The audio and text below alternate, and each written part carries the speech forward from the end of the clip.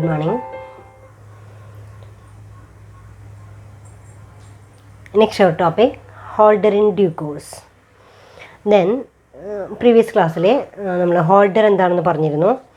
Section B of the Indian negotiable instrument act defines holder of a promissory note, bill of exchange or check.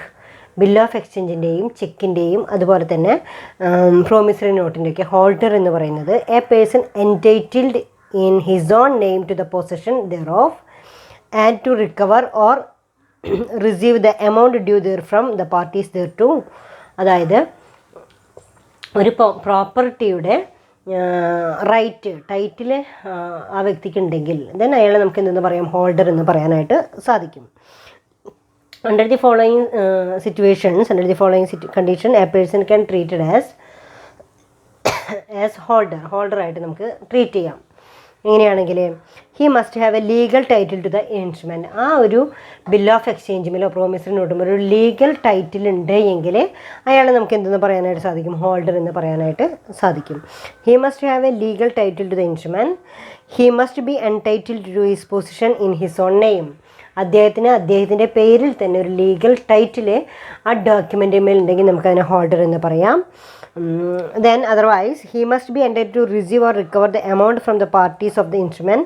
To help him, the regard in the name must be appear on the instrument either as a payee or endorsee. ഇനി വേറെ ഏതെങ്കിലും ബില്ലോ of എക്സ്ചേഞ്ചിലോ promissory നോട്ടിലോ payee എന്നുള്ള പേരിലോ account payee എന്നുള്ള പേരിലൊക്കെയാണ് അദ്ദേഹത്തിൻ്റെ പേര് കെടുക്കുന്നതെങ്കിൽ കൂടെ അദ്ദേഹം ആരാണ്, ഹോൾഡർ ആയിരിക്കും. In the case of bearer instrument and bearer may claim the amount even though his name not mention in the instrument. Therefore a person who has obtained possession of an instrument, അതായത് ആ ഒരു ഡോക്യുമെൻറ്റിൻ്റെ possession കൈവശം വയ്ക്കാനുള്ള അധികാരം അയാൾക്കുണ്ടെങ്കിൽ അതിനെ നമുക്ക് എന്ത് പറയാം, ഹോൾഡർ എന്ന് പറയാം.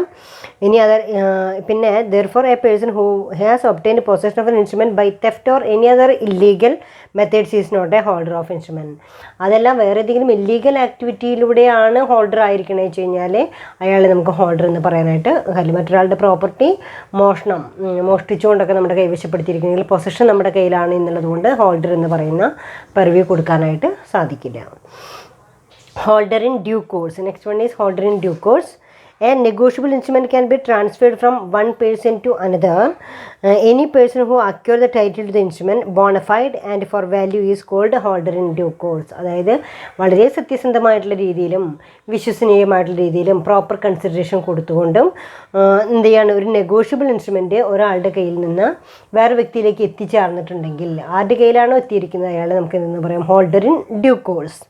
According to Section 9 of the Negotiable Instrument Act, holder in due course means any person who for consideration പൈസ കൊടുത്തുകൊണ്ട് തന്നെ became the possessor of a promissory note. പൈസ കൊടുത്തുകൊണ്ട് തന്നെ ആ പ്രോമിസ് നോട്ട് കൈവശം വെക്കാനുള്ള അധികാരം അയാളിലേക്ക് വന്നു ചേരുകയും പ്രോമിസറി നോട്ടോ ബിൽ ഓഫ് എക്സ്ചേഞ്ചോ ചെക്കോ if payable to bearer or the payee or endorsee thereof. If payable to order before the amount mentioned it became payable and having without sufficient cause to believe that any defect existed in the title of the person from whom he derived his title.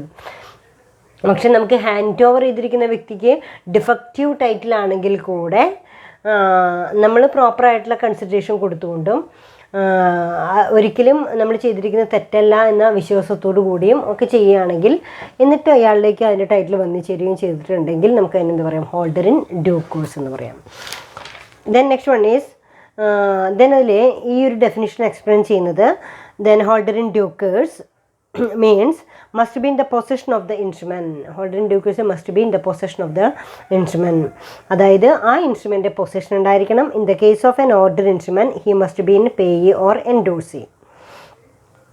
Then must be possession of the instrument before become due. അതായത് ആ ഇൻസ്ട്രുമെൻറ്റിൻ്റെ കാലാവധി തീരുന്നതിന് മുൻപ് തന്നെ നമ്മൾ എന്തായിരിക്കണം, ആ ഒരു ഇൻസ്ട്രുമെൻ്റ് കൈവശം വന്നു ചേർന്നിരിക്കണം.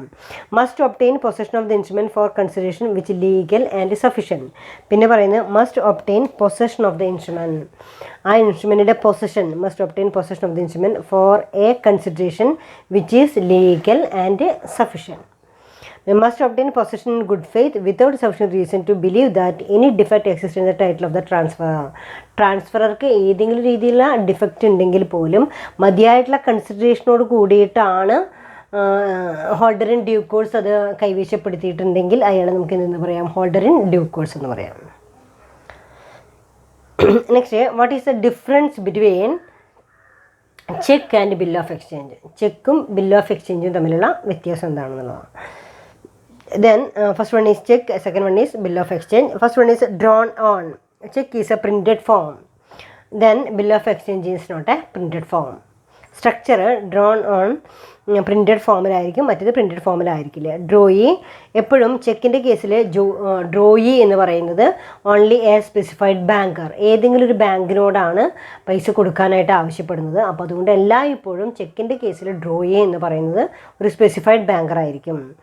ദെൻ ഇവിടെ ബിൽ ഓഫ് എക്സ്ചേഞ്ചിൽ എനി പേഴ്സൺ, ആരെങ്കിലും ആവാം, ആരോടാണെങ്കിലും നമുക്ക് പൈസ ആവശ്യപ്പെട്ടിട്ടുണ്ടെങ്കിൽ അവിടെ ഡ്രോയി എന്ന് പറയുന്നത് എനി പേഴ്സൺ ആയിരിക്കാം. ദെൻ ആക്സെപ്റ്റൻസ് എന്ന് പറയുന്നത് ചെക്കിൻ്റെ കേസിൽ ആക്സെപ്റ്റൻസ് ആവശ്യമില്ല, കാരണം നമ്മുടെ കയ്യിലുള്ള പൈസ കൊടുക്കാനായിട്ട് ബാങ്കറോട് ആവശ്യപ്പെടുന്ന രീതിയിലുള്ള ഒരു നെഗോഷ്യബിൾ ഇൻസ്ട്രുമെൻ്റാണ് ചെക്ക് എന്ന് പറയുന്നത്. അതുകൊണ്ട് ആക്സെപ്റ്റൻസിൻ്റെ ആവശ്യമില്ല. പക്ഷേ ബിൽ ഓഫ് എക്സ്ചേഞ്ചിൽ ആക്സെപ്റ്റൻസ് ഈസ് നെസസറി, അല്ലെങ്കിൽ by the drawee is compulsory എന്ന് പറയും. ദെൻ പേയ്മെൻറ്റ് എന്ന് പറയുന്നത് ഓൺ ഡിമാൻഡ് ആവശ്യപ്പെടുമ്പോൾ, then demand on after specified period. Then on dishonour no notice is required, no notice is required, notice is required. അതായത് ചെക്കിൻ്റെ കേസിൽ അവിടെ നോ നോട്ടീസ്, നമുക്ക് ഡിസോണറിൻ്റെ കേസിൽ നോട്ടീസ് ആവശ്യമില്ല, ഇവിടെ നോട്ടീസ് ആവശ്യമാണ്. പിന്നെ ഡേയ്സ് ഓഫ് ഗ്രേസ് എന്ന് പറയുന്നത് ചെക്കിൻ്റെ കേസിൽ ഗ്രേസ് പീരീഡ് 3 മാസമാണ് കാലാവധി, അത് കഴിഞ്ഞതിന് ശേഷം 3 ദിവസം കൂടി എന്ന് പറയുന്നൊരു ഗ്രേസ് പീരീഡ് ഏതിനനുവദിച്ചിട്ടില്ല, ചെക്കിന് അനുവദിച്ചിട്ടില്ല. പക്ഷേ ഇവിടെ നോട്ടീസ് റിക്വയർഡ്, ഇവിടെ നോട്ടീസ് ആവശ്യമാണ്. ദെൻ ഡേയ്സ് ഓഫ് ഗ്രേസ് എന്ന് പറയുന്നത് ചെക്കിൽ നോട്ട് അലൗഡ് ആണ്, ദെൻ ഇവിടെ അലൗഡ് ആണ്. Then crossing must be possible, അതായത് ചെക്ക് ഒന്നുകൂടെ എന്താ പറയുക, വളരെ വ്യക്തമായിട്ട് നടക്കുന്നതിന് വേണ്ടിയിട്ട് ക്രോസിങ് ഏതിലാവശ്യമാണ്, ചെക്കിൻ്റെ കേസിൽ ക്രോസിങ് ഈസ് എസെൻഷ്യൽ. ദെൻ ഇവിടെ ക്രോസിങ് എന്ന് പറയുന്നത് bill of exchange crossing possible അല്ല. Stamp not required in the case of cheque, പക്ഷേ stamp is required in the case of bill of exchange. Then countermanding, drawer can countermand payment before the payment, ഇവിടെ cannot be countermand, ഇവിടെ countermand ചെയ്യാനായിട്ട് bill of എക്സ്ചേഞ്ചിൽ സാധ്യമല്ല. Liability, drawer is liable, ഇവിടെ drawee is liable. Stop payment on receipt of the notice of death, insolvency or insanity of drawer, drawee is liable, need not stop payment. Use as means of payment, ഇവിടെ as means of financing business. Then next topic is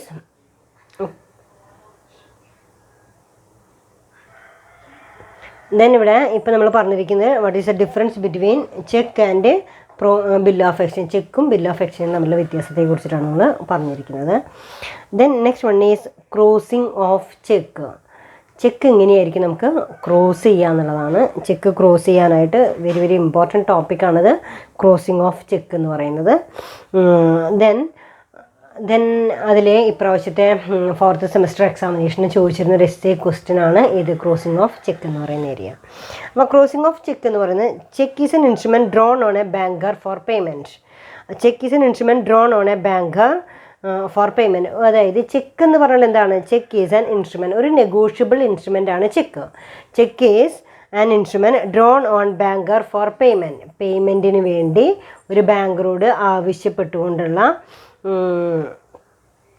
check is an instrument drawn on banker for payment, payment കൊടുക്കാനായിട്ട് ആവശ്യപ്പെട്ടുകൊണ്ടുള്ള ഒരു ഡോക്യുമെൻ്റാണ് ഇത് cheque എന്ന് പറയുന്നത്. Cheque is used to withdraw money from bank and also to make payment to others. അവിടെ എന്താ, cheque is used to withdraw money from bank, ബാങ്കിൽ നിന്ന് പണം വിഡ്രോ ചെയ്തുകൊണ്ട്, cheque is used to withdraw money from bank and also to make payment to others, മറ്റുള്ളവർക്ക് പണം കൊടുക്കാനായിട്ട് ഉപയോഗിക്കുന്ന ഒരു ഇൻസ്ട്രുമെൻ്റ് ആണ് ഇത് ചെക്ക് എന്ന് പറയുന്നത്. If the bank honours a cheque he makes payment to the customer or to other person across the bank counter by giving him the amount in cash.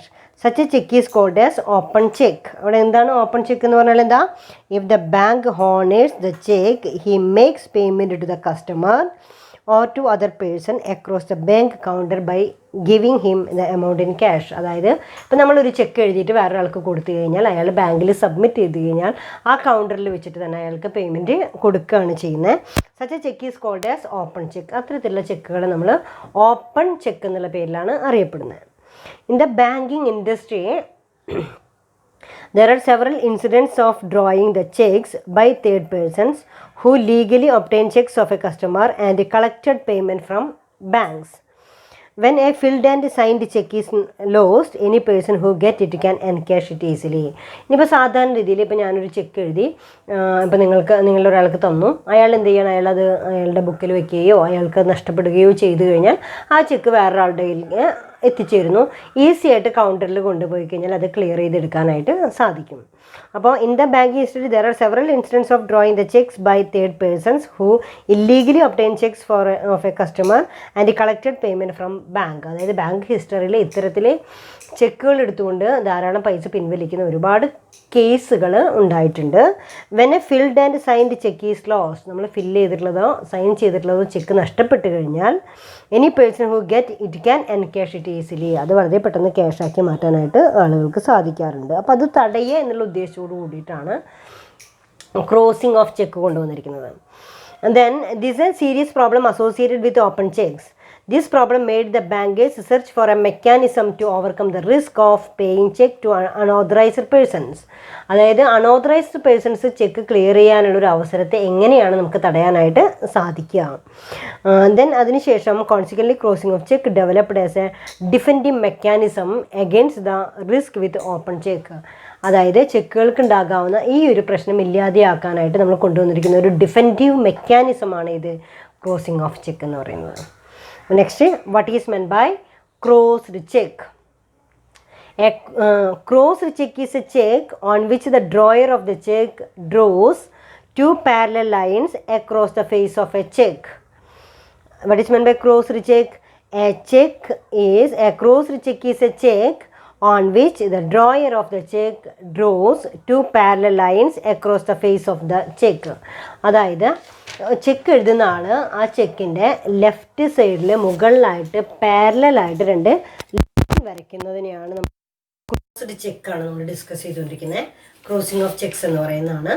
A crossed cheque is a cheque on which the drawer of the cheque draws two parallel line across the face of the cheque. ആ ചെക്കിൻ്റെ left സൈഡിൽ രണ്ട് parallel സമാന്തരമായിട്ട് രണ്ട് ലൈനുകൾ mark ചെയ്യുന്നതിനാണ് crossed cheque എന്ന് പറയുന്നത്. Crossed check എന്തിനു വേണ്ടിയിട്ട് ഉപയോഗിക്കുന്നത്? It is a defensive mechanism against a risk with open cheque. It is a defending mechanism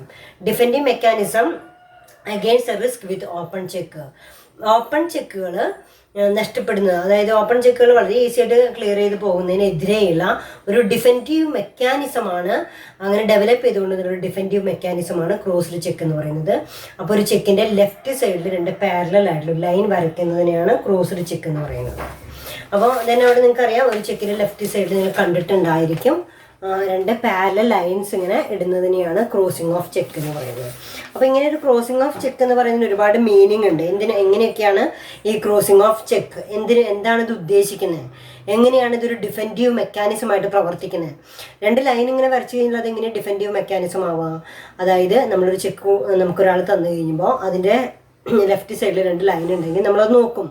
അവിടെ അക്കൗണ്ട് പേയി ഓൺലി, ഈ അക്കൗണ്ട് ഹോൾഡറിലേക്ക് മാത്രമേ, ഞാൻ കഴിഞ്ഞ ക്ലാസ്സിൽ പറഞ്ഞിരുന്നു, അങ്ങനെ ഒരു ചെക്ക് കിട്ടിക്കഴിഞ്ഞാൽ വളരെ പെട്ടെന്ന് കൗണ്ടറിൽ പോയിട്ട് ക്ലിയർ ചെയ്ത് ക്യാഷ് കൊണ്ടുവരാനായിട്ട് പറ്റില്ല. നമ്മുടെ അക്കൗണ്ടിലേക്ക് അത് ക്രെഡിറ്റ് ചെയ്ത് പിന്നീട് നമ്മുടെ ചെക്ക് ലീഫ് ഉപയോഗിച്ചുകൊണ്ട് അത് വിഡ്രോ ചെയ്യണം. അപ്പോൾ രണ്ട് പ്രോസസ്സ് ഉണ്ട് അവിടെ. അതായത് ആ ക്രോസ് ചെയ്ത് കഴിഞ്ഞാൽ എന്താ ചെയ്യുക? രണ്ട് പ്രോസസ്സ് എന്ന് പറയുന്നത് ഇന്ന ആളുടെ അക്കൗണ്ടിൽ നിന്ന് ഇന്ന ആളുടെ അക്കൗണ്ടിലേക്ക് ഫണ്ട് ട്രാൻസ്ഫർ ചെയ്തു എന്ന് കാണിക്കണം. അതേസമയം ഈ അക്കൗണ്ട് പേയ്ക്ക് അയാളുടെ അക്കൗണ്ടിൽ നിന്ന് തന്നെയാണ് വിഡ്രോ ചെയ്യാനായിട്ട് സാധിക്കുള്ളൂ എന്ന് പറയുന്ന പ്രോസസ്സിങ് അവിടെ വരുന്നുണ്ട്. അപ്പോൾ ഒന്നുകൂടെ സെക്യൂർഡ് ആണ് ഇത് ക്രോസിംഗ് ചെക്സ് എന്ന് പറയുന്നത്. അപ്പോൾ ഇത്തരത്തിലുള്ള തെറ്റായിട്ടുള്ള രീതിയിലുള്ള ചെക്ക് ക്ലിയറൻസ് അവിടെ വെച്ചിട്ട് ഇല്ലാതെയാവുകയാണ് ചെയ്യുന്നത്. അപ്പോൾ a crossed cheque is a cheque on which the drawer of the cheque draws two parallel lines across the face of a cheque. Such check are not payable directly over the bank counter, but this amount is credited to the account of the payee. Thus, to encash a crossed check, the payee should have a bank account in any bank. എന്നതിൻ്റെ meaning അവിടെ ഇത്തരത്തിലുള്ള crossed ചെക്കുകൾ are not payable directly over the bank counter but this amount is credit to the account of the payee. വളരെ easy ആയിട്ട് bank കൗണ്ടറിൽ നിന്ന് ഇത് clear ചെയ്ത് കൊണ്ടുപോകാനായിട്ട് സാധിക്കില്ല. Then it is credited to the account payee. അക്കൗണ്ടുള്ള ഒരാളുടെ അയാളുടെ അക്കൗണ്ടിലേക്ക് മാത്രമാണ് അത് ക്രെഡിറ്റ് ചെയ്യാനായിട്ട് സാധിക്കുള്ളൂ. Thus to encash a crossed cheque, അതായത് അത് ക്രോസ് ചെയ്ത് ചെക്ക് എൻകേഷ് ചെയ്യണമെങ്കിൽ the account payee should have a bank account in any bank. കണ്ടോ, ഏതെങ്കിലും ബാങ്കിലെ അക്കൗണ്ട് ഉള്ള ഒരാൾക്ക് മാത്രമേ അത് ക്ലിയർ ചെയ്തെടുക്കാനായിട്ട് സാധിക്കുള്ളൂ. ഇനി കൈൻഡ്സ് ഓഫ് ക്രോസിംഗ്, ഏത് തരത്തിലൊക്കെയാണ് ഈ ക്രോസിംഗ് നമ്മൾ സാധാരണ ചെയ്യാറുള്ളത്? It may be classified into general crossing and special crossing. The first one is general crossing. If the drawer or holder of the check make two parallel lines on the check with or without and company and with or without the words not negotiable or not transferable, it is general crossing. ഒന്നുകൂടെ simple ആയിട്ടുള്ള crossing methods ആണ് general crossing എന്ന് പറയുന്നത്. ഒന്നുകൂടെ security provide ചെയ്യുന്ന crossing ആണ് special crossing എന്ന് പറയുന്നത്. അപ്പോൾ ജനറൽ ക്രോസിംഗിൽ ഇതേപോലെ രണ്ട് പാരലൽ ലൈൻ ഇങ്ങനെ കാണിച്ചിട്ടുണ്ടാവും. അതേപോലെ തന്നെ ആൻഡ് കമ്പനി എന്നോ അല്ലെങ്കിൽ ആൻഡ് കമ്പനി എന്ന് എഴുതിയിരിക്കാം, അല്ലെങ്കിൽ ഒന്നുമില്ലാതെ രണ്ട് ലൈൻ വരച്ചിരിക്കാം, അല്ലെങ്കിൽ and company not negotiable account payee എന്നൊക്കെ പറയുന്ന രീതിയിൽ അത് എഴുതിയിട്ടുണ്ടായിരിക്കാം. കണ്ടോ, ഇങ്ങനെയൊക്കെ വെറുതെ രണ്ട് ലൈൻ പാരലലായിട്ട് ചെക്കിൻ്റെ മുകളിൽ കൊടുത്തിട്ടുണ്ടെങ്കിൽ അങ്ങനെയാണ് ജനറൽ ക്രോസിംഗ് എന്ന് പറയുന്നത്. അങ്ങനെ ഒരു രണ്ട് ലൈൻ മാത്രമാണ് അതിൻ്റെ മുകളിൽ കാണിച്ചിട്ടുള്ളൂ എങ്കിൽ അതിൻ്റെ അർത്ഥം അവിടെ എന്താണ്, ഇന്ന ആൾക്ക് ആൻഡ് കമ്പനി ഇയാൾക്ക് അല്ലെങ്കിൽ നോട്ട് നെഗോഷ്യബിൾ വേറെ ആൾക്ക് കൈമാറ്റം ചെയ്യാനായിട്ട് പാടില്ല, അക്കൗണ്ട് പേയി ഇയാൾക്ക് മാത്രമാണ് എന്നൊക്കെ അർത്ഥം വരുന്ന രീതിയിലാണ് ഈ ക്രോസിംഗ് ഉദ്ദേശിക്കുന്നത്. സ്പെഷ്യൽ ക്രോസിംഗിൽ ഇന്ന ബാങ്കിൽ നിന്ന് മാത്രമേ ക്ലിയർ ചെയ്യാൻ പാടുള്ളൂ എന്ന് പറയുന്നതാണ് സ്പെഷ്യൽ ക്രോസിംഗ് എന്ന് പറയുന്നത്. അപ്പോൾ സ്പെഷ്യൽ ക്രോസിംഗ് ഒന്നും കൂടെ എന്ത് ചെയ്തേക്കാണ്, സ്ട്രിക്റ്റ് ആക്കിയിട്ട് അതിൻ്റെ സെക്യൂരിറ്റി സ്ട്രിക്റ്റ് ചെയ്തേക്കാണ്. പക്ഷെ ജനറൽ ക്രോസിംഗിൽ അങ്ങനെ പറയുന്നില്ല. അപ്പോൾ ഒരു എക്സാമ്പിൾ പറയുകയാണെന്നുണ്ടെങ്കിൽ കാത്തോലിക് സിറിയൻ ബാങ്കിൽ നിന്ന് ഒരു ചെക്ക് ലീഫ് നമുക്ക് കിട്ടിയിട്ടുണ്ട്. പക്ഷെ നമുക്ക് കാത്തോലിക് സിറിയൻ ബാങ്കിൽ അക്കൗണ്ട് ഇല്ല, നമ്മുടെ അക്കൗണ്ട് കനറ ബാങ്കിലാണെങ്കിൽ നമ്മൾ എന്താ ചെയ്യുക? കാത്തോലിക് സിറിയൻ ബാങ്കിൽ അക്കൗണ്ട് ഓപ്പൺ ചെയ്തിട്ടൊന്നും ക്ലിയർ ചെയ്യില്ല. നമ്മൾ ചെയ്യുന്നത് എന്താ, നമ്മുടെ അക്കൗണ്ട് എവിടെയാണോ, നമുക്ക് 1 ലക്ഷം രൂപയുടെ ഒരു ചെക്ക് നമുക്ക് കിട്ടിയിട്ടുണ്ട്, നമ്മുടെ അക്കൗണ്ട് എവിടെയാണോ ഉള്ളത് ആ ബാങ്കിൽ പോയിട്ടാണ് നമ്മളത് ക്ലിയർ ചെയ്യുക.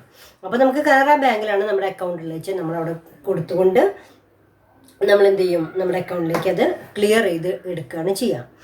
അത് അവിടെ പറയുന്നതെന്ന് വെച്ചാൽ, പിന്നെ അതുപോലെ തന്നെ വേറൊരു കേസിൽ നമ്മൾ പറയുകയാണെന്ന് വെച്ചാൽ, ഇപ്പോൾ ഒരാളുടെ തന്നെ ഇപ്പോൾ ബിയറർ ചെക്ക് ഓപ്പൺ ചെക്ക് ആണെങ്കിൽ നമുക്ക് അക്കൗണ്ട് ഇല്ലെങ്കിൽ പോലും, കണ്ടോ, നമുക്ക് അക്കൗണ്ട് ഇല്ലെങ്കിൽ പോലും എനിക്കൊരാൾ ചെക്ക് തന്നിട്ടുണ്ട്.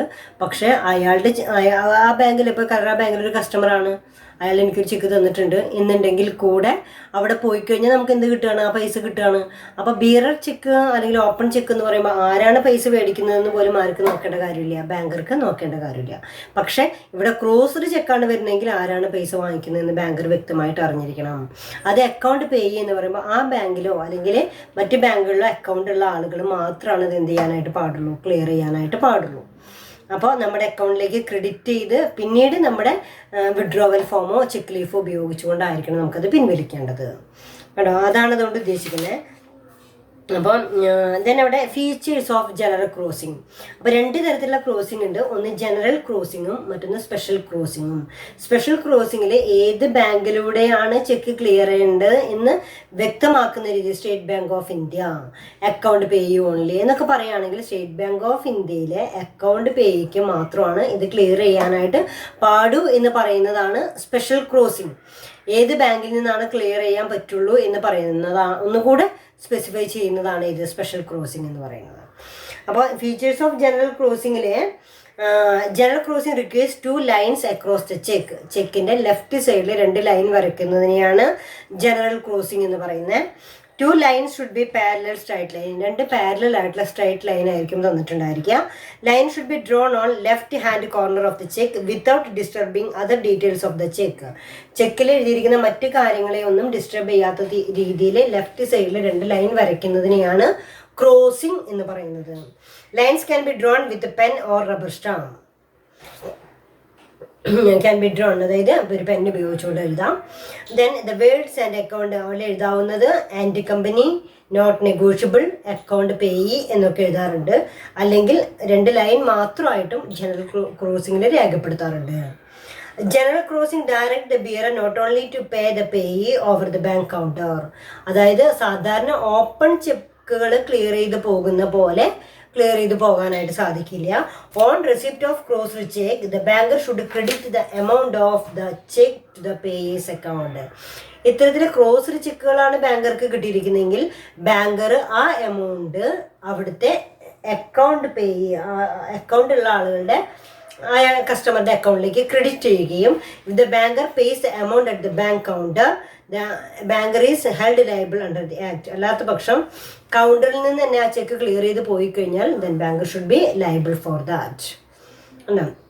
അപ്പോൾ ഒന്നുകൂടെ ആരെ പ്രൊട്ടക്റ്റ് ചെയ്യാൻ വേണ്ടിയിട്ടാണ് ചെക്കുകൾ റിലീസ് ചെയ്യുന്നതുമായി ബന്ധപ്പെട്ട് അവരെ പ്രൊട്ടക്റ്റ് ചെയ്യുന്നതിന് വേണ്ടി കൊണ്ടുവന്നിരിക്കുന്ന ഒരു മെക്കാനിസം, ഒരു ഡിഫെൻറ്റീവ് മെക്കാനിസമാണ് ഇത് ക്രോസ്ഡ് ചെക്ക് എന്ന് പറയുന്നത്.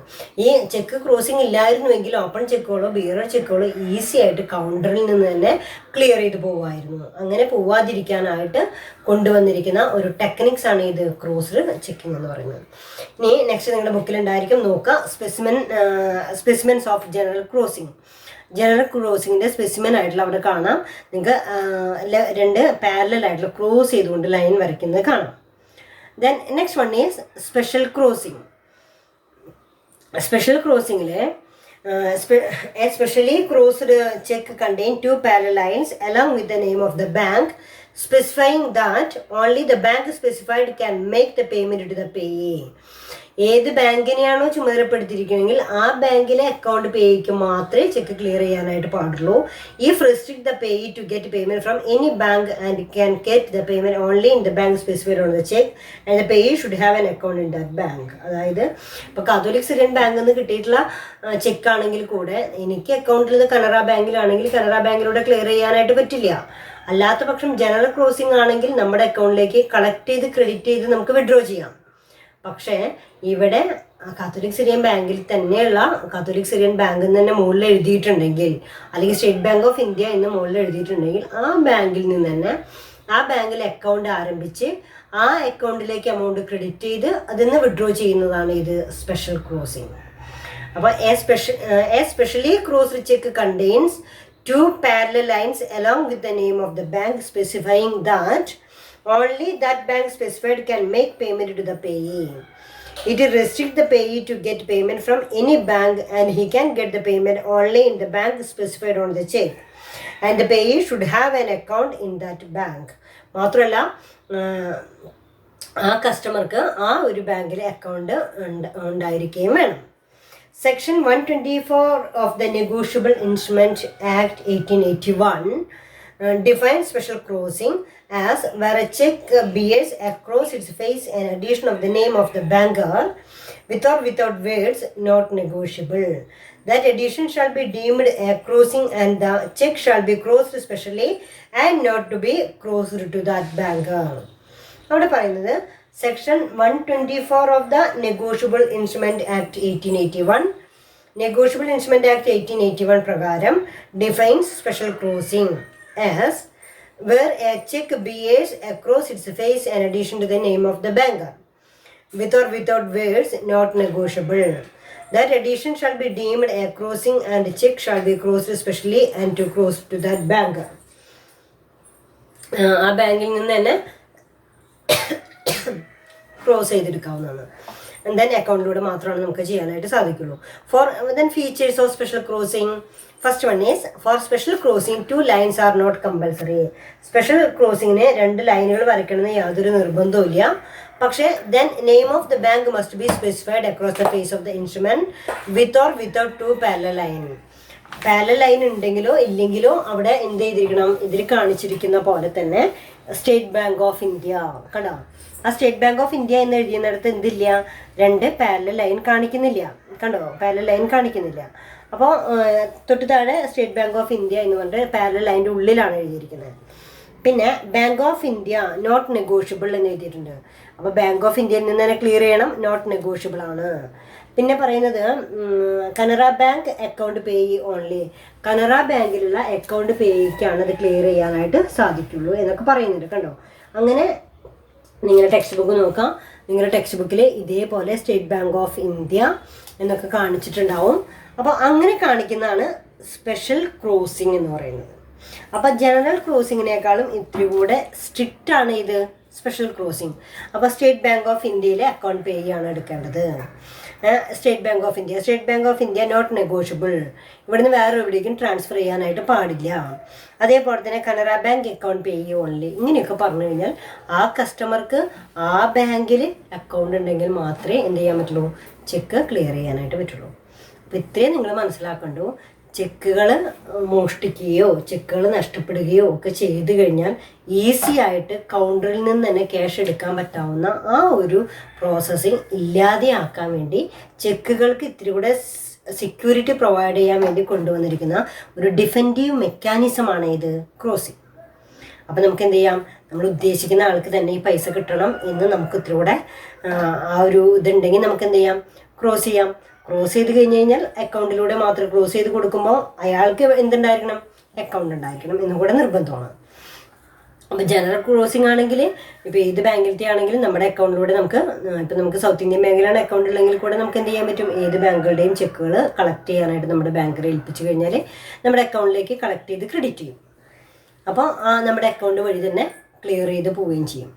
അതല്ല സ്പെഷ്യൽ ക്രോസിംഗ് എന്നൊക്കെ പറഞ്ഞാൽ ദെൻ ഏത് ബാങ്കിലാണോ ഏത് ബാങ്കിൻ്റെ ചെക്കാണോ നമുക്ക് ക്രോസ് ചെയ്ത് തന്നിരിക്കുന്നത് വെച്ചാൽ ആ ബാങ്കിൽ തന്നെ പോയി അവർ എഴുതിയിരിക്കുന്ന പോലെ അവിടെ അക്കൗണ്ട് ഓപ്പൺ ചെയ്തിട്ട് വേണം നമുക്ക് എന്ത് ചെയ്യാനായിട്ട്, ചെക്ക് ക്ലിയർ ചെയ്യാനായിട്ട്.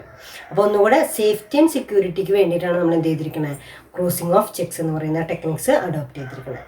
അപ്പോൾ അത് മനസ്സിലായല്ലോ. അപ്പോൾ അതൊരു എസ്സേ ക്വസ്റ്റ്യൻ ആയിട്ട് ചോദിക്കും, നന്നായിട്ട് പഠിക്കുക. എന്ത് ജനറൽ ക്രോസിങ്ങും സ്പെഷ്യൽ ക്രോസിങ്ങും പഠിക്കുക. Then next topic, what are the difference between general crossing and special crossing? General ക്രോസിങ്ങും സ്പെഷ്യൽ ക്രോസിംഗും തമ്മിലുള്ള വ്യത്യാസം എന്താണെന്ന്. ദെൻ അവിടെ following are the main difference between general crossing and special crossing. തമ്മിലുള്ള വ്യത്യാസം എന്താണ്? First one is general crossing, second one is special crossing. General ക്രോസിംഗിലെ 2 parallel transverse lines are essential. General ക്രോസിംഗിലെ രണ്ട് ലൈനുകൾ നിർബന്ധമായിട്ടും ഉണ്ടായിരിക്കണം. അതായത് 2 parallel transverse lines are essential. Transverse 2 lines ഉണ്ടായിരിക്കണം. ഇവിടെ 2 parallel transverse lines are not essential. Special ക്രോസിംഗിൽ ഇങ്ങനെ 2 ക്രോസ് ചെയ്തിട്ട് 2 ലൈൻ വരയ്ക്കണമെന്ന് യാതൊരു നിർബന്ധവും ഇല്ല. പക്ഷേ ജനറൽ ക്രോസിംഗിലെ second one, the words and company, account payee, not negotiable എന്നൊക്കെ പറയുന്ന വേർഡ്സ് ആണ് യൂസ് ചെയ്യുന്നത്. എന്നാൽ സ്പെഷ്യൽ ക്രോസിംഗിലെ these words are not written. ഇത്തരത്തിലുള്ള വേർഡുകളൊന്നും എവിടെ കാണില്ല, സ്പെഷ്യൽ ക്രോസിംഗിൽ കാണുന്നില്ല. ഇവിടെ കളക്റ്റീവ് ബാങ്കറുടെ പേര് എവിടെ കാണിക്കുന്നില്ല. Then the name of the collective banker is not written in the case of general crossing. ഇന്ന ബാങ്കിലൂടെ മാത്രമേ ക്ലിയർ ചെയ്യാൻ പാടൂ എന്ന് പറയുന്നൊരു ക്ലോസ് ഉണ്ടാവില്ല. The name of the collective banker is compulsory. ഏത് ബാങ്കറിൽ നിന്നാണോ കളക്ട് ചെയ്യണത് വ്യക്തമായിട്ട് കാണിച്ചിരിക്കും.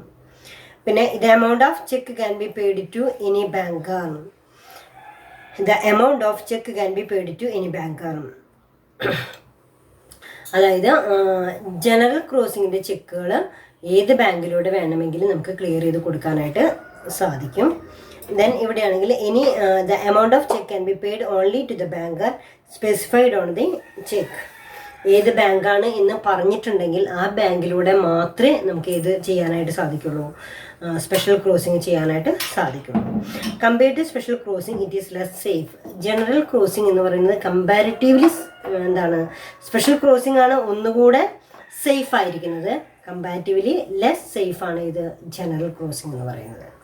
Then when a generally crossed check is converted into specially crossed check without proper authorization, it is not a material alteration. Then when a generally crossed check is converted into special crossed check without proper authorization, proper ഓതറൈസേഷനോട് കൂടെ തന്നെ നമുക്ക് general ക്രോസിങ്ങിനെ എന്താക്കി മാറ്റാം, special crossing ആക്കാം. പക്ഷേ അതൊരു material alteration അല്ല. When a specially crossed check is converted into generally crossed check without proper authorization, it is a material alteration. അതായത് സ്പെഷ്യൽ ക്രോസിംഗ് എന്ന് പറയുന്നത് ഇത്തിലൂടെ സേഫാണ് അല്ലേ. അപ്പോൾ ഈ സ്പെഷ്യൽ ക്രോസിംഗുള്ള ചെക്കുകളെ ജനറൽ ക്രോസിംഗ് ചെക്കുകളായിട്ട് പ്രോപ്പർ ഓതറൈസേഷൻ ഇല്ലാതെ മാറ്റി കഴിഞ്ഞു കഴിഞ്ഞാലും അതെന്ത് പറയും, ഇറ്റ് ഈസ് മെറ്റീരിയൽ ഓൾട്ടറേഷൻ ആയിട്ടാണ് അത് പരിഗണിക്കപ്പെടുക. Then next word not negotiable crossing. Special section 123 and 124 permit that the word not negotiable may be included in general crossing and special crossing. Inclusion of the word do not make the check on transferable but away on the important feature of negotiable instrument. That is negotiability. Under not negotiable crossing, the transferee does not get a better title than that of the transferor. Therefore, anyone who get the check with not negotiable crossing must be cautious because the instrument is not negotiated and therefore he cannot get a better title than that of the transferor. അതായത് ഇവിടെ not negotiable എന്ന് പറഞ്ഞു കഴിഞ്ഞാൽ ശരിക്കും പറയുകയാണെങ്കിൽ negotiable ഇൻസ്ട്രുമെൻറ്റിൻ്റെ negotiability എന്ന് പറയുന്ന ഒരു ഫീച്ചറിനെയാണ് നമ്മളവിടെ നോട്ട് നെഗോഷ്യബിൾ എന്ന് പറഞ്ഞതുകൊണ്ട് നമ്മൾ മനസ്സിലാക്കുന്നത്. അപ്പം നോട്ട് നെഗോഷ്യബിൾ എന്ന് പറയുമ്പോൾ തന്നെ അവിടെ ആർക്കും കൈമാറ്റം ചെയ്യാനായിട്ട് പാടില്ല എന്നുള്ളൊരു മീനിങ്ങോട് കൂടിയിട്ടാണ് ചെക്കിൽ നോട്ട് നെഗോഷ്യബിൾ എന്ന് രേഖപ്പെടുത്തിയിരിക്കുന്നത്. അപ്പോൾ ഈ നോട്ട് നെഗോഷ്യബിൾ എന്ന് എഴുതിയിട്ടുണ്ടെങ്കിൽ കണ്ടോ, നോട്ട് നെഗോഷ്യബിൾ എന്ന് എഴുതിയിട്ടുണ്ടെങ്കിൽ it will get more title rather than the transferor. ട്രാൻസ്ഫറിനേക്കാളും കൂടുതൽ ടൈറ്റിൽ ആർക്ക് ലഭിക്കുകയാണ് ചെയ്യുന്നത്, ട്രാൻസ്ഫർക്ക് ലഭിക്കുകയാണ് ചെയ്യുന്നത്. സോ നോട്ട് നെഗോഷ്യബിൾ അങ്ങനെ ചെയ്യുന്നത്, അതായത് ആർക്കാണോ നോട്ട് നെഗോഷ്യബിൾ എന്ന് പറഞ്ഞിട്ട് ആ ചെക്ക് കിട്ടിയിരിക്കുന്നത് വെച്ചാൽ അയാളിലൂടെ തന്നെ ആ ചെക്ക് ക്ലിയർ ചെയ്ത് പോകാനായിട്ട് സാധിക്കുള്ളൂ, അല്ലാതെ വേറൊരാൾക്ക് അത് സൈൻ ചെയ്ത് എൻഡോഴ്സ് ചെയ്യാനായിട്ട് പാടില്ല എന്ന് കാണിക്കുന്നതാണ് അവിടെ എന്ത് നോട്ട് നെഗോഷ്യബിൾ എന്ന് പറയുന്ന term. Then next one is account payee crossing. Account payee crossing the words account payee are added by the drawer as part of the crossing in order to secure checks from theft or fraud. Check മോഷണം സംഭവിച്ചു പോവുക അതൊന്നും പാടില്ല എന്ന ഉദ്ദേശത്തോടു കൂടി അതിലിതാണ് എന്ത് account payee crossing. The words account payee are added by the drawer as part of crossing in order to secure cheque from theft or fraud. It gives direction to the banker to collect it for the payee only. If bank collect it for someone else, he loses protection under the act and it is liable to the loss. If bank collect it for someone മറ്റാർക്കെങ്കിലും വേണ്ടി അത് collect ചെയ്യുകയാണെങ്കിൽ he loses protection under the act is liable to the loss. Next one is double crossing. Double crossing means the crossed cheque can be crossed again. Crossed ചെക്കുകൾ തന്നെ വീണ്ടും cross ചെയ്യുന്നതിനെയാണ് നമ്മൾ double crossing എന്ന് പറയുന്നത്. Then section 125 of the negotiable instrument act provides that where a check is crossed specially the banker to him, it is crossed may again cross it specially to another banker's its agent.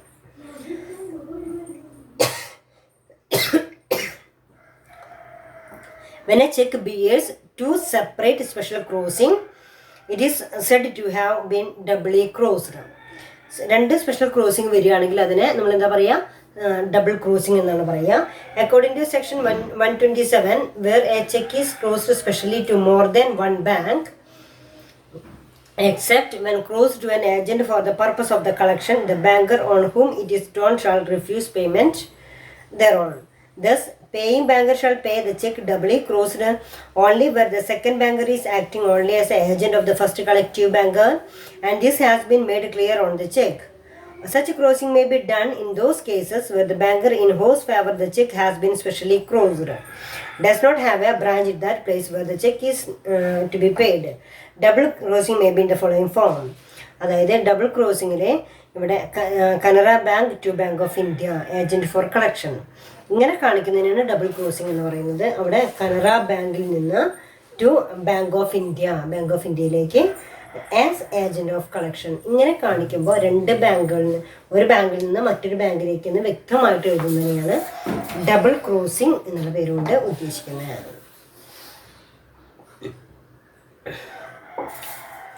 Then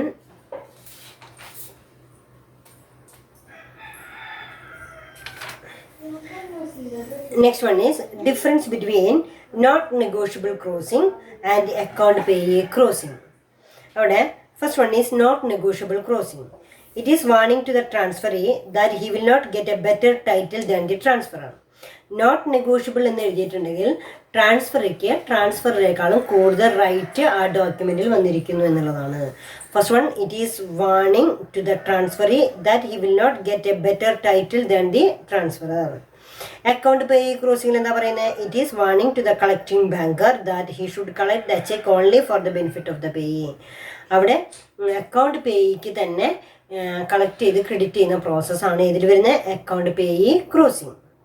Second one, the collecting banker can credit the amount of the check to the account of the payee or any other person. ഇവിടെ collecting banker can credit the amount of the cheque to the account of the payee. Any account പേയിക്കോ അല്ലെങ്കിൽ വേറെ ആർക്കെങ്കിലും. Not negotiable, transfer ചെയ്യാനായിട്ട് പാടില്ല എന്നുള്ളൂ. ഇവിടെ collecting banker account പേയിക്ക് തന്നെയായിരിക്കണം കൊടുക്കേണ്ടത്. The negotiability of the check is prohibited and not transferability. Transfer ചെയ്യാൻ ആരും ഇല്ലാതെയാക്കുകയാണ് ഇതിലൂടെ ചെയ്യുന്നത്. നോട്ട് നെഗോഷ്യബിൾ എന്നുള്ളതുകൊണ്ട് ഉദ്ദേശിക്കുന്നത് both negotiability and transferability are not prohibited. എന്നാൽ അക്കൗണ്ട് പേ എന്നുള്ളതുകൊണ്ട് ട്രാൻസ്ഫറബിലിറ്റിയോ അതല്ലെങ്കിൽ ഈ പറയുന്ന പോലെ നെഗോഷ്യബിലിറ്റിയോ ഇല്ലാതെയാക്കുന്നില്ല. It is less safe than account pay crossing. അതായത് ഇത്തിരി കൂടെ സേഫ് കുറവാണ് നോട്ട് നെഗോഷ്യബിൾ എന്ന് പറയുന്നത്. It is more safe than not negotiable crossing. Not negotiable എന്ന് എഴുതുന്നതിനേക്കാളും ഇത്തിരി കൂടെ സേഫ് ആണ് ഇത് account pay crossing. It is approved by law.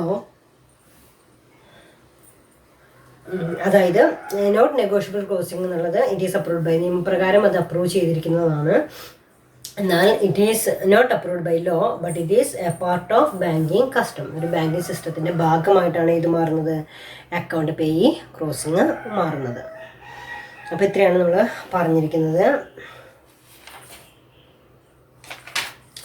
Cancelling of crossing, opening of crossing. Cancellation of crossing is known as opening of crossing. This act is silent as regard cancellation of crossing. When a check is crossed by a drawer, he can cancel it if he desires so. He can do so by writing pay cash across the check and by putting his signature, but the holder of check cannot cancel the crossing. But the holder of a check cannot cancel the crossing. അതായത് ആരാണോ check എഴുതിയിരിക്കണേ, ആ check ആരാണോ എഴുതിയിരിക്കണേ അയാൾക്ക് വേണമെങ്കിൽ എന്ത് ചെയ്യാവുന്നതാണ്, crossing ഒഴിവാക്കാവുന്നതാണ്. അവിടെ പേ cash എന്ന് എഴുതിയിട്ട് ദെൻ ഡ്രോയർ തന്നെ സൈൻ ചെയ്ത് കഴിഞ്ഞാൽ ചെക്ക് അതിൻ്റെ ക്യാൻസലേഷൻ ഒഴിവാക്കാനായിട്ട് സാധിക്കും. പക്ഷെ ഒരു ഹോൾഡറെ സംബന്ധിച്ചിടത്തോളം ഒരു ഹോൾഡർക്ക് എന്ത് ചെയ്യാനായിട്ട് സാധിക്കില്ല, ക്യാൻസലേഷൻ ഒഴിവാക്കാനായിട്ട്, ക്രോസിംഗ് ക്യാൻസലേഷൻ ഒഴിവാക്കാനായിട്ട് സാധിക്കില്ല. കാരണം ഇത് എൻഡോഴ്സ് ചെയ്ത് പോകുമല്ലോ. അപ്പോൾ ആരുടെ കയ്യിലാണോ ആ ചെക്ക് എത്തിയിരിക്കുന്നത് വെച്ചാൽ അയാളെയാണ് ഹോൾഡർ എന്ന് പറയുന്നത്. അയാൾ ഒരിക്കലും ഹോൾഡർ എല്ലായ്പ്പോഴും ആരായിക്കൊള്ളണമെന്നില്ല, ഡ്രോയർ ആയിക്കൊള്ളണമെന്നില്ല. ഡ്രോയറും ഹോൾഡറും ഒരാളാണെങ്കിൽ ഓക്കെ, പക്ഷെ ഇവിടെ ഡ്രോയർ എന്ന് പറയുന്നത് ചെക്ക് എഴുതുന്ന ആൾക്കാണ് എന്ത് ചെയ്തിരിക്കുന്നത്, അയാളാണത് ക്ലോസ് ചെയ്തിരിക്കുന്നത്. അദ്ദേഹത്തിന് വേണമെങ്കിൽ പേ ക്യാഷ് എന്ന് എഴുതിയിട്ട് ആ ഒരു ക്ലോസിങ് ഒഴിവാക്കാനായിട്ട് സാധിക്കും. പേ ക്യാഷ് എന്ന് എഴുതുകയും ആ ഡ്രോയർ തന്നെ സൈൻ ചെയ്യുകയും ചെയ്തു കഴിഞ്ഞാൽ ക്ലോസിംഗ് ഓഫ് ചെക്ക് എന്ന് പറയുന്നതിൻ്റെ ആ ഒരു പ്രോസസ്സിൻ്റെ ക്യാൻസലേഷൻ ഒഴിവാക്കാനായിട്ട് കഴിയുന്നു. Obliterating a crossing. Section 89 provides protection to a collecting banker of a check whose crossing is obliterated or erased by a dishonest person. In case of such check, the paying banker shall discharge from his liability. The check does not appear to be crossed one or obliteration of crossing is not apparent at the time of presentation or payment. പിന്നെ അതുപോലെ തന്നെ the payment has been made in the due course as required under the section 10. ഇവിടെ section 89 provides protection to a collective banker of a check whose crossing is obliterated or erased by a dishonest person. In case of such check, the paying banker shall be discharged from his liability. ഏതെങ്കിലും രീതിയിൽ മാറ്റങ്ങൾ വരുത്തിയിട്ടുണ്ടെങ്കിൽ ആ banker erased by the dishonest person. In the case of such check, the paying banker shall be discharged from his liability. The check does not appear to be crossed one or obliteration of crossing is not apparent at the time of its presentation of payment.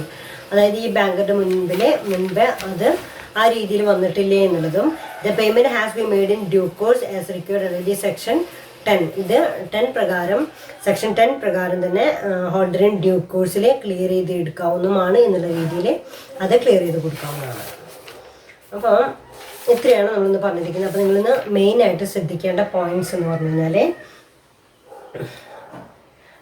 മെയിനായിട്ട് ശ്രദ്ധിക്കേണ്ട point എന്ന് പറയുമ്പോൾ crossing of cheque എന്ന് പറയുന്നതാണ്. Crossing of ചെക്കിൽ 2 തരത്തിലുണ്ട്. ഒന്ന് general ക്രോസിങ്ങും അതുപോലെ തന്നെ സ്പെഷ്യൽ ക്രോസിങ്ങും. ക്രോസിംഗ് ഓഫ് ചെക്ക് എന്ന് പറയുന്നത് അല്ലെങ്കിൽ ക്രോസ്ഡ് ചെക്ക് എന്ന് പറയുന്നത്, crossed cheque is a cheque which drawer of the cheque draws 2 parallel lines across the face of the cheque. ചെക്കിൻ്റെ മുകളിൽ ലെഫ്റ്റ് സൈഡിൽ 2 പാരലൽ ലൈൻ വരയ്ക്കുന്നതിനെയാണ് ക്രോസ്ഡ് ചെക്ക് എന്നുള്ള പേരിൽ അറിയപ്പെടുന്നത്.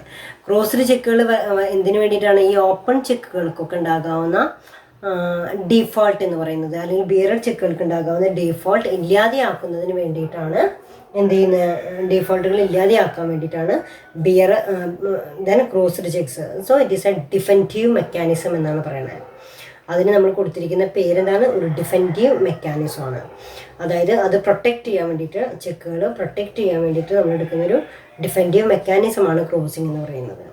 ദെൻ 2 തരത്തിലാവാം. സ്പെഷ്യൽ ക്രോസിംഗ് ആവാം, ജനറൽ ക്രോസിംഗ് ആവാം. സാധാരണ രീതിയിൽ ലെസ് സേഫ് ആണ് ഇത് general crossing as compared to special crossing. ഇത് അക്കൗണ്ട് പേ എന്നൊക്കെ പറയുന്ന രീതിയിൽ മാത്രമാണ് ഏതിൽ വരുന്നുള്ളൂ? ദെൻ ജനറൽ ക്രോസിങ്ങിൽ വരുന്നുള്ളൂ. പക്ഷേ സ്പെഷ്യൽ ക്രോസിങ്ങിൽ ഇന്ന ബാങ്കുകളിലൂടെ തന്നെ ക്ലിയർ ചെയ്യണം എന്ന് പറയുന്ന വേർഡ് കൂടെ ഏതിൽ ഉപയോഗിക്കുന്നുണ്ട്? സ്പെഷ്യൽ ക്രോസിങ്ങിൽ ഉപയോഗിക്കുന്നുണ്ട്. അപ്പോൾ ഇതൊക്കെയാണ് ഇത് ജനറൽ ക്രോസിങ്ങും സ്പെഷ്യൽ ക്രോസിങ്ങും തമ്മിലുള്ള വ്യത്യാസം. ദെൻ അതിൽ എന്താണ് സ്പെഷ്യൽ ക്രോസിംഗ് എന്ന് വ്യക്തമായിട്ട് എഴുതിയിരിക്കണം. ജനറൽ ക്രോസിംഗും എന്താണെന്ന് എഴുതിയിരിക്കണം. ഒരു എസ്സേ ക്വസ്റ്റിന് വേണ്ടി തന്നെ നിങ്ങളത് പ്രിപ്പയർ ചെയ്തിരിക്കണം. പിന്നെ അതേപോലെ തന്നെ what are the difference between special crossing and general crossing, അതിൻ്റെ വ്യത്യാസം എന്താണെന്ന് പഠിച്ചിരിക്കണം. പിന്നെ account pay crossing, not negotiable crossing, double crossing, ഇതൊക്കെ എന്താണെന്ന് നോക്കാം. പിന്നെ cancellation of crossing, crossing cancel ചെയ്യാനുള്ള അധികാരം ഉള്ളത് ആർക്ക് മാത്രമാണ്? അത് ഡ്രോയർക്ക് മാത്രമാണിത് ആ ഒരു അധികാരമുള്ളത്. അപ്പോൾ ക്രോസിംഗ് എന്ന് പറയുന്നത്, ക്രോസിംഗ് ഓഫ് ചെക്ക് എന്ന് പറയുന്നത് വളരെ ഇമ്പോർട്ടൻ്റ് ആയിട്ടുള്ളൊരു ടോപ്പിക്കാണ്. ടെക്സ്റ്റ് ബുക്ക് നോക്കി നന്നായിട്ട് വായിച്ച് നോക്കി സംശയങ്ങളൊക്കെ ഉണ്ടെങ്കിൽ നമുക്ക് ഇൻട്രാക്ഷൻ പീരീഡിൽ ക്ലിയർ ചെയ്യാം. അപ്പോൾ എല്ലാവർക്കും മനസ്സിലായിട്ടുണ്ടാവുമെന്ന് വിചാരിക്കണം. Thank you.